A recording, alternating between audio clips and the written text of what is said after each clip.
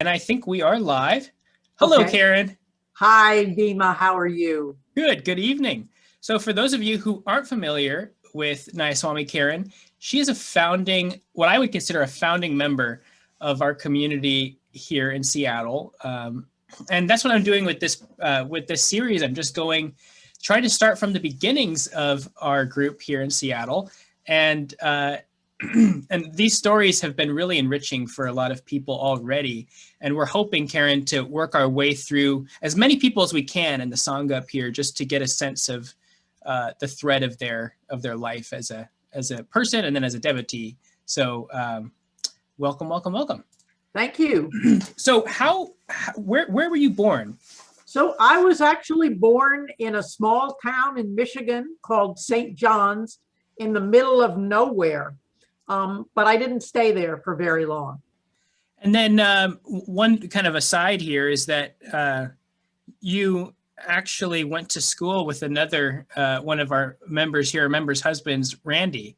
That's right, I did. But that was a long way after that. Yeah. That was when I was in grad school. Got it. So when you were in Michigan, I have to ask, did you ever hear anything about Oliver Black and the Korea things happening there? Or was that too early for you? I was 2 years old when we moved. Oh, okay. Very good. Well, so where did you end up after Michigan? So we moved to Northern Virginia in the Metro DC area, where I lived until I was 15. So that's a big formative chunk of your life. Yes, exactly. Did you, as a child, do you have any memories of having spiritual thoughts? Were you contemplative, or were you mostly active and physical? What was it like for you as a child? So I think that I was probably a little more thoughtful. My memories sort of religion, I grew up in a Jewish family.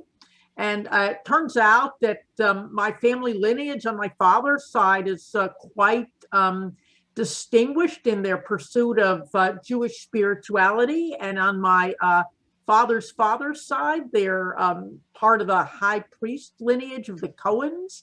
But I didn't know much about that. And on my mother's side, they were also Jewish, but not as religious. They had to give up a lot of their old customs when they came to America. So I went to Sunday school. I remember one of my first memories is when they consecrate the little children at 5 years old to God, I guess. They give us little Torahs.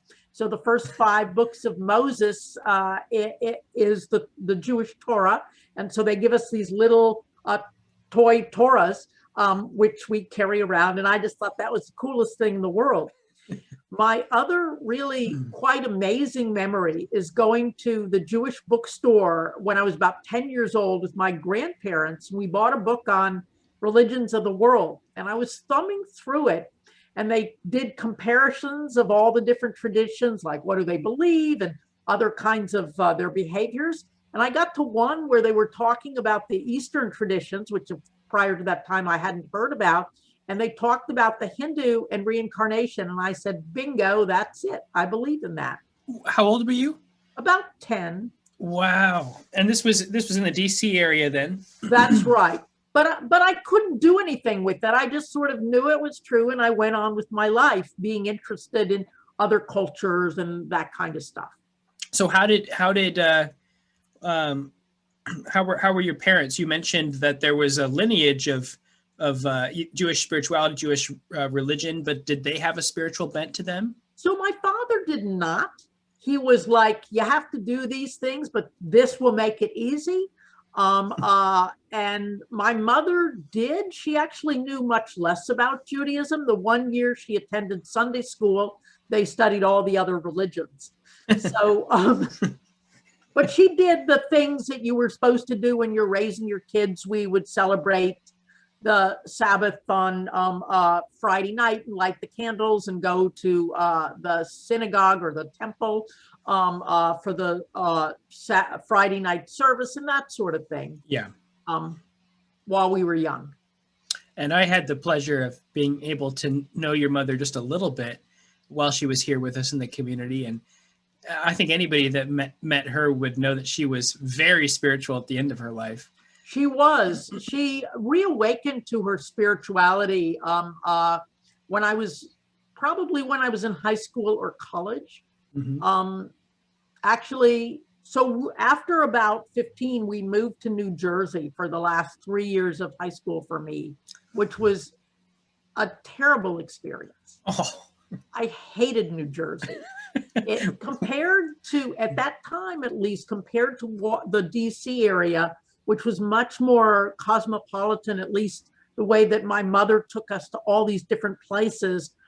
It was provincial. They were into shopping. We had used to go to the Smithsonian, like people would go shopping, and that sort of thing. So it just seemed much more crude and crass to me. But my mother began a yoga class actually after being injured while walking our dog. And she turned on the TV, which never happens. And she found a guy named Richard Hittleman. He was one of the early Hatha yoga teachers in America. I think he learned Hatha yoga from the guys who worked on his parents' house when he was in the 1950s. And so he developed the practice, and my mom did his stuff from TV, and voila, her leg got better. And then she got interested in Hatha yoga, which reawakened her spiritual interests, which had always been apparently unorthodox, but it just didn't work in America. So she went on and tried to become a good housewife, doing the various things that you would do. So did that have an impact on you, mom doing yoga at 15 or 17? She read the autobiography of a yogi when I was, maybe when I was in high school. She bought a copy of it. And I remember looking at that and saying, I was about 18 at the time. That's not for me. He looks like a girl or whatever. Yeah. And I didn't open the book. I just wasn't ready. But I was still kind of curious. And there was some interest. Some of the people that I would like go out with, the guys and stuff, would maybe be interested in TM or other things like that. And so I never took TM, but I was just curious. And so I retained sort of an openness, but I was being a science major and very busy and serious at that point in my life. I think Divine Mother wanted me to get my academic training before I opened to the spiritual path. So I didn't really pursue it in a serious way at that time. So when did that happen? When did it become serious and not just an openness? So I would say when I moved to Seattle. So what happened, Bhima, there was a little bit more exploration. After college, I went to graduate school in upstate New York, and I did my PhD dissertation in South Carolina. And during that period of time, I joined the Unitarian Church because you needed a church if you wanted a social life. There wasn't much in the Jewish realm. And I figured, well, the Unitarians don't tell you what to believe, so that would be fine. And so we did a class on doing your own theology. And so like I could decide, reincarnation was my theology. And we had somebody come down and lead us in Buddhist chants. She was from the military base up in Colombia. She was a Korean woman who was married to a GI or something. And she came and helped us learn to chant Om Mani Padme Hum or something like that. So there was stuff like that. And I would just do it, but it wasn't, it was fun, but it didn't stick or anything. I was too busy, writing my dissertation and that sort of stuff. But after I finished graduate school, I had about 6 months off before I started my postdoc out in Seattle, which is where my spiritual life really began. But during that period of time, when I first left grad school, I didn't know which of my postdocs I was actually going to get.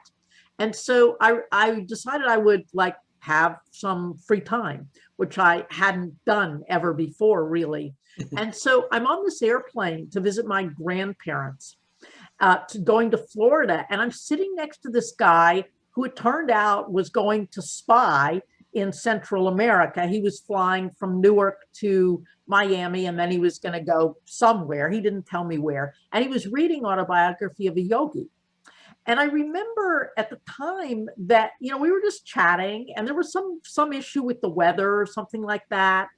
And then I noticed the book, and I was, you know, later after I visited my grandparents and found out I was going to Seattle and went out to spend a month with my brother in California and saw some other relatives. I spent a month with my mother, who was living in New Mexico at the time. And then I was going to take the bus back to the East Coast because it was the cheapest way to get there. And I didn't have a lot of money at that time. So she had the autobiography, and I asked her if I could borrow it.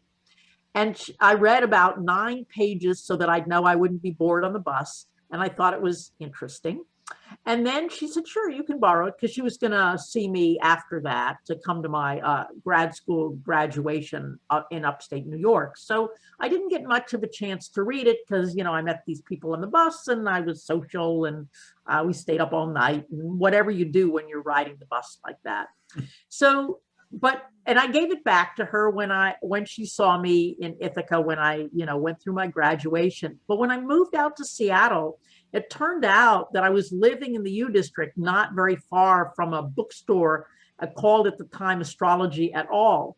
Yeah. And I was always interested in astrology, primarily because it was a very unique way to discover maybe personality characteristics of why normal people weren't all cookie cutters of each other, because scientists are interested in stuff like that. So I went in there, and it turned out that I guess that one of their astrologers was really into Yogananda. So I bought a used copy of the autobiography, and I started reading it, and I thought it was kind of cool. But it never, ever, ever crossed my mind. Of course, this was the SRF version back in 1983. It never crossed my mind you could do anything with it. So I just thought, wow, like, this is cool. Like, I mean, all the things that people got tripped up on, you know, like Lahiri materializing it in the field on page 9 or something. It didn't bother me. It was just like, yeah, this can happen, and I'm not likely to meet anybody who can do this. So it works. And so then, but then at a certain point in time, you know, I had my first astrological reading, and this astrologer who was very charismatic, Jeff Green, you know, I had my reading with him and stuff like that. And he said, you know, this is the perfect time because it's your, you know, Saturn return to like get serious about spirituality. And, you know, he made up some stuff, or maybe he told me some stuff. But anyway, I was curious, and I decided later that I wanted to learn to meditate. And so he told me I should take the Amrita lessons, which I think are published, you know, from very early drafts. Mm-hmm. They're the Precepta lessons that I think maybe you can see on the minister's bookshelf or something like that. So I took those, and I started getting them in December. And I remember the very first one I read, it had a vibration to it. Like, I read it, and it was weird, but I liked it. Mm-hmm. It had the same, I guess, sort of vibration that Autobiography of a Yogi had, but it was stronger because it was not revised as the SRF version had been. So I kept on doing this, but you don't get to meditation until like lesson 19, and that's April. And I wanted to learn to meditate earlier. So I signed up for, Jeff had apparently taught people to meditate using the Hong Saw technique. And then Heart Song, which is a precursor to Ananda here in Seattle, was born out of that. And I got on their mailing list. And so I attended a couple of Ananda things. And then there was a meditation class that was going to be taught starting February 28th at 1984. So I signed up for that. And it was in somebody's attic. And there were a slew of people there the first night. And then there were like 2 of us after that. But that was okay. And I kept asking for more. It's like, well, this is nice. Do you have more? And she kept giving me like more stuff. She taught me the Om technique. She taught me the Hong Saw on the spine. And was this Asha? No, it was not. It was Sitabai Betts, who Right. was known as Suzanne at that time. So, Asha would come up periodically, but I took my first meditation class with Sitabai. I think I learned to energize with Asha and took some other classes. But so I just thought this was really cool. And, things started to happen. And I was, obsessed with who my guru was. And I had some dreams, and then some stuff in the mail from the lessons came that seemed to sort of answer my dreams, although it wasn't perfect. And then Jeff Green helped me understand how, yes, this was a symbol of my guru, but I just was at a different level. And so, that just at that point in time, that changed my life. I think initially I meditated with Sitabai, Suzanne at that time, maybe weekly, and then they moved to Ananda Village. And, I wasn't sure about the Sunday services, which we used to get as videos, but I liked meditating. And so, it didn't, at that time, we didn't have any scientific understanding of meditation. Even though Yogananda wrote in somewhat of a scientific way, it didn't use the equations and the other things that I understood. So it was like there were these two parts of me, this part that really liked to meditate and this other part that thought I was absolutely out of my mind. And I continued this way for a number of years. I would get up in the morning and I would meditate, and I was really regular, and then I'd go to work and I'd go like, Karen, you're crazy. And then I'd come home and I'd meditate again. I'd get up in the morning. And so this carried on for a while. And then my mom moved to town. And so we became housemates, and she was doing a different kind of meditation, but she was more seasoned than me. And she was like, older. So that was good. I had somebody to grow with and stuff like that. And it was not until a couple of years later, I think in 1980s. So I went to Ananda Village to get Kriya in 1985 because there was no other way to get it.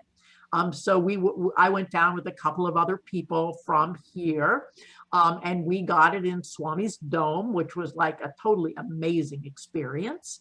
And, we did double meditations in preparation for that. What was that like, getting Kriya from Swamiji?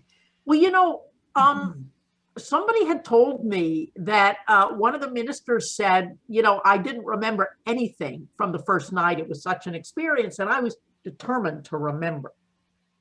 So, they put all the new initiates in the front row.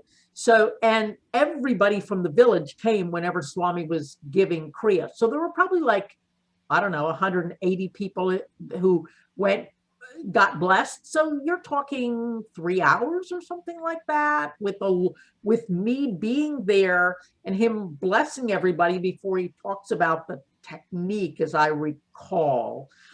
So it was, higher than a kite or something like that. It was pretty blissful, but I did remember the technique. Of course, there were more things to learn over time and stuff like that. But that was pretty amazing. And this, I think, Jyotish didn't become a Kriyacharya. It was only Swami until 1988, I think it was. So my first 3 or 4 initiations were with Swami. And when you said the dome, was that his personal dome at the meditation retreat or at the Hermitage? No, it was at the Hermitage. That makes more sense. Wow. Yeah, because he was living, he was living downstairs or in the apartment. I can't quite remember when that was built. So, that was his residence. So that was 1985. So what memories do you have, just briefly, about first living in spiritual community? Were you at the Ravenna ashram? So I lived there. So I wanted to move in right away, but we didn't have an ashram instantly. And then I realized after a little while, I think it took about 9 months to get one, that all of my samskars would come up in the first week. And I thought maybe that's not such a good idea. So I waited some time, but I did move into the ashram in Ravenna. So the first year before we had an ashram, I used to go every morning to meditate with the ministers on the way to work. And because they were nicely situated, and there would be some other people who would come and stuff like that. So that was really good to have that kind of, satsang. Anybody could come, but it was only convenient for some of us because we all lived other places. And it was at their house somewhere? Yeah, they had a house on 65th and like I think it was somewhere around 29th or 30th and 65th. I don't remember exactly, but yeah, somewhere in that area, they rented a house for the first 9 months or so. And then we got the ashram on 20th and 66th or something like that? 60th, 66th. Yeah. It was this old house with eventually we got the little back side of it also. And so a number of people lived in that at different points in time. And so I moved in there. I think it was about a year and a half, maybe, before we got the community. Got it. And then I know that there was a period of time where it was kind of a transition between the house and the community up in Linwood. Were you one of the first kind of pioneers coming in? So what happened was, so I was one of the original, people in the co-tenancy agreement. And originally what they had hoped to do was to free up the block building, and then we could move in there. And then as they worked on some of the other units, they would give notice to people, and we would move into these nice renovated units. Well, what happened was when the apartment was purchased, there were all sorts of rumors about who we were, and the people who lived here before, there probably were some drug dealers, there were some people on welfare, I think. It was kind of, the police came here a lot. That's my understanding. So the neighbors were thrilled, but the people who lived here weren't all thrilled. So they moved away in different configurations. So there were a few people who moved in before the ashram moved in. Folks who lived other places, and just an apartment opened up, maybe a month or so before we moved in. But then Melbar II arranged a huge moving truck for the entire ashram and deposited us in the place, in the apartments that were going to be assigned to us for most of us temporarily, because as it turned out, they were going to have to be renovated. So I ended up in unit number 14, which at that time was one of the worst units that we had. So, for example, the nice large bay window was only 25% open, and the rest of it was boarded up.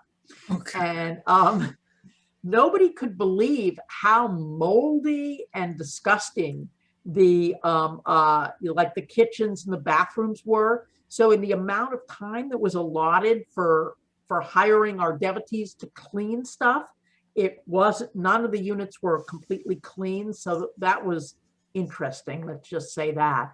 So yeah, I was one of those folks. And in due course, I think for me to move into the unit that I'm in now, first I moved to number 5, and then here there were some complications, but it took, I don't know, we probably moved in August, September, and then to the apartments, but I didn't move in here until Easter of 1993, I think. We must have moved in 92. And what was that like? You mentioned some of the different energy that was in the units before Ananda folks started moving in. Was there an excitement? Did you feel like you were kind of creating your own village? How did it feel like to you? So at first it felt like you're being taken into a welfare dump. We didn't have, you know, a place you've never lived before. I mean, I've lived in places that were, you know, student housing, Right. you know, that you rent. So it's not well maintained and stuff like that, but it didn't have a terrible vibration. Yeah. And this didn't have like your ordinary apartment vibration. This had like evil vibrations in it, like Wow. dark, dank. You know, I think there might have been prostitution in the house that Bruce and Becca live in now. And so that, you know, drug deals. People would come up even after we moved in. They'd come up and they'd work on their cars. They'd like change their oil in our driveway, or, you know, in the parking lot. So, and there were a few old cars in the back and stuff like that. So I've never experienced anything like that. So let me just give you one example, Bhima. Well, two maybe. I'm sitting there and I'm talking on the phone to, you know, waiting for AT&T to get them to do something about my telephone. And I'm hearing these screams from next door where there was a couple with two little kids. And I'm going, am I witnessing child abuse? Do I have a responsibility here? I mean, I just didn't know.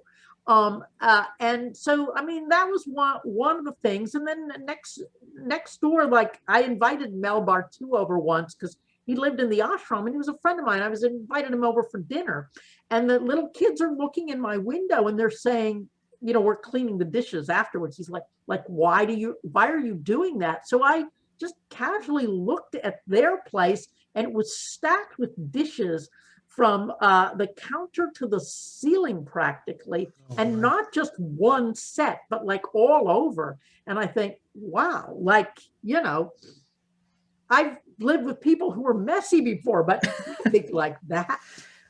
What an interesting beginning to the community. I mean, So, you know, and it was. How did you keep the faith? You know, how did you I do that? Yeah. Well, what I did was we had these huge 16 by 20 photos of the masters that had been part of our meditation room. And I said, look, I am not giving those up for our little basement meditation area because I can't keep the faith any other way.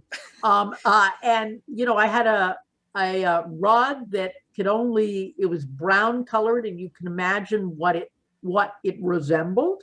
And it was just difficult because there was, you know, I don't know how long I'd been on the path at that time, maybe 8 years or something like that, but I wasn't a Yogananda. I couldn't turn something that dark into beauty right away. Yeah.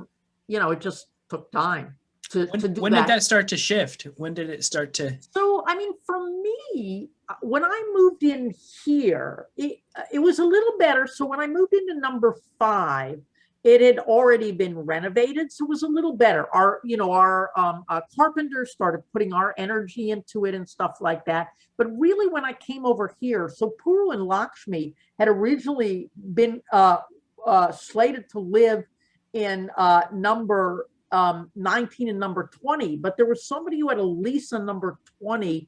And as long as she didn't violate her lease, which eventually she did, and we were able to kick her out, she was going to be there for however long she was going to be there. So they had my apartment and the other one. And so I think the boys who were little at the time had their bedroom was where I was going to be. And the other one, where my mom lived for many years, was where they lived. And so, you know, they were the parents of young children. So meditation, as you know, is a little harder, but they did it. And so that started helping things. And then I just, you know, started meditating here a lot. Mm-hmm. And after 28 years or whatever it is, you know, and I started bringing in statues and the pictures of the masters, and everything was cleaner and all that sort of stuff. So, and by that time we had all of the other people were gone. And so we started reclaiming things. Yeah. But like our community room, that space originally was all blocked up. It had a cement floor, and there was a door that was, it wasn't a door, but like a hole in the wall, which is part of the space that the couch is in now, I think. And so, people would wander in and out of that, but then we decided to kind of reclaim that. And originally it was a shop. And then when they built the shop, which is now our meditation space in the back, and the front is east-west, or the administrative part, then this area freed up and we could start, building the kitchen and that kind of thing. And we had, in what's now Old Temple Storage, that's where we had our first meditation space, which was not the ideal place to meditate in because, it was closed in and stuff. But heck, it was better to meditate together than in your own space. And so, gradually those things took focus. Amazing. So Karen, after, like you said, 28 years, have you been in the community 28 years? I have. I 93? moved in, I guess it'll be 28 in August or something like that. Yeah. So you're not anymore the scientist who's saying, what the heck am I doing meditating? Now you've got 28 years of this. I mean, how is this looking back now? Well, actually, I've been on the path even longer than that. So 37 years, I think, since I first started meditating. So what what words of wisdom do you have after 37 years on the path? What does it mean for you now, looking back, being a disciple and being a Kriyaban? I mean, I can see now, Bhima, that my family has seeded me to be a spiritual seeker. I didn't think so then because my mind wasn't broad enough. And I also remember in graduate school and even in college, trying to write my papers as if the first idea was God created the universe, and then a bunch of things happened, and then this paper is like a result of that. Or it's important because of all of those connections. Of course, I didn't put all of that stuff in my papers. I never mentioned God, but that was sort of like how my mind and my brain were constructed. And so I think when I was in grad school, I was really trying to look for more of an examined life where things were consistent. So, you're looking for a philosophy where life makes sense. And at that time, I was studying evolutionary biology and animal behavior, which I liked better than psychology, because psychology, at least at the time, seemed like, oh, you pick Freud's theory for this and you pick somebody else's theory for that. And they're all based on how this person, what works for this person. And science, at least, was supposed to be more objective. And I think it has that potential. So, I liked that. I was interested in how things changed over time, evolution. I just didn't realize that what I was really deeply interested in was spiritual evolution, because I didn't know it existed. So I think that, it took some time for all that to mesh up. And then I'd always wanted to do something that was more service-oriented for my career. So becoming an epidemiologist, learning first about the causes of diseases, and now for however many years, 25 or something like that, working on complementary medicine and chronic pain and just general stuff, has been a good fit for me.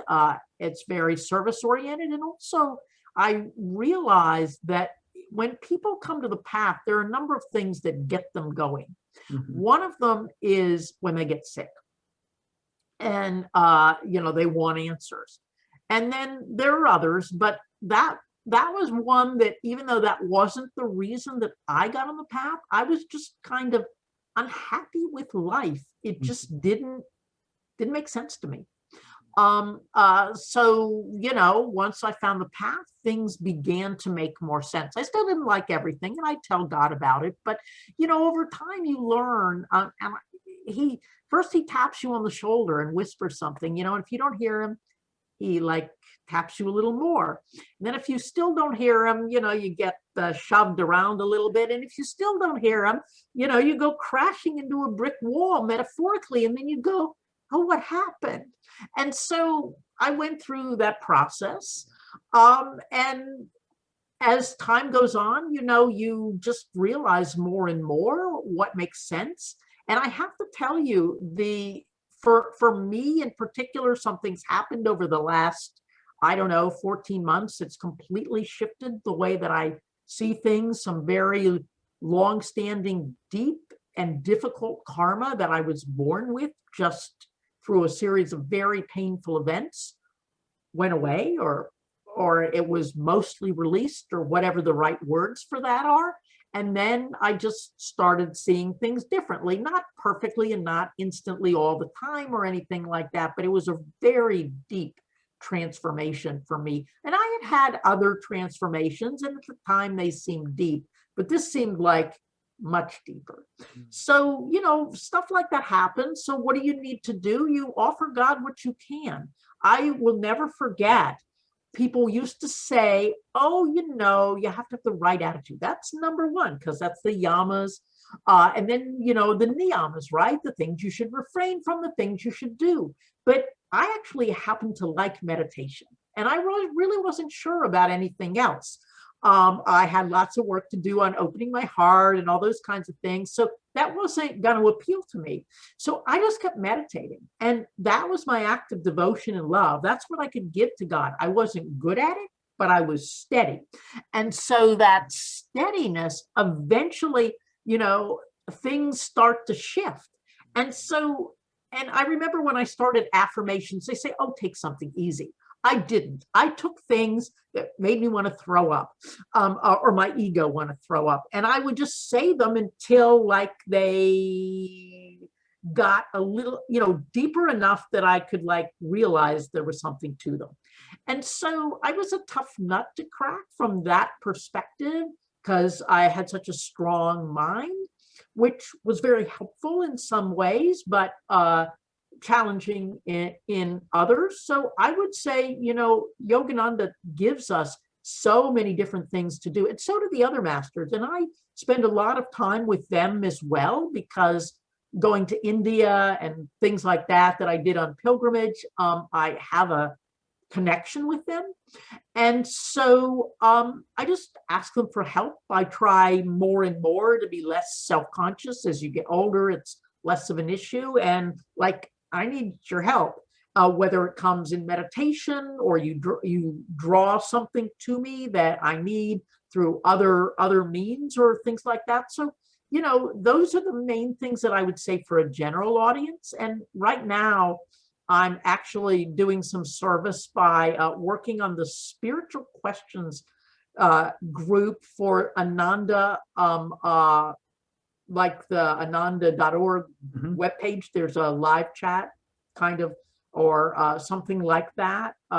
And so Dambara gives me a lot of difficult questions, ones that are scientific, or they're more philosophical, or things like that. And I just try to tune in and see, to try to feel what would be helpful to the person, if I know what country they're from, or just by virtue of whatever little or big thing that they tell me, to try to customize things to the person, because ultimately that's what you have to do on the path. Indeed. Well, Karen, thank you so much for spending this time with me, and well, thank you, everyone who watches this, and holding out some of those gems that you've gleaned over the course of your time on the path. Well, thank you so much, Bhima. It's been a great fun to spend this time with you. Likewise. Okay, take care.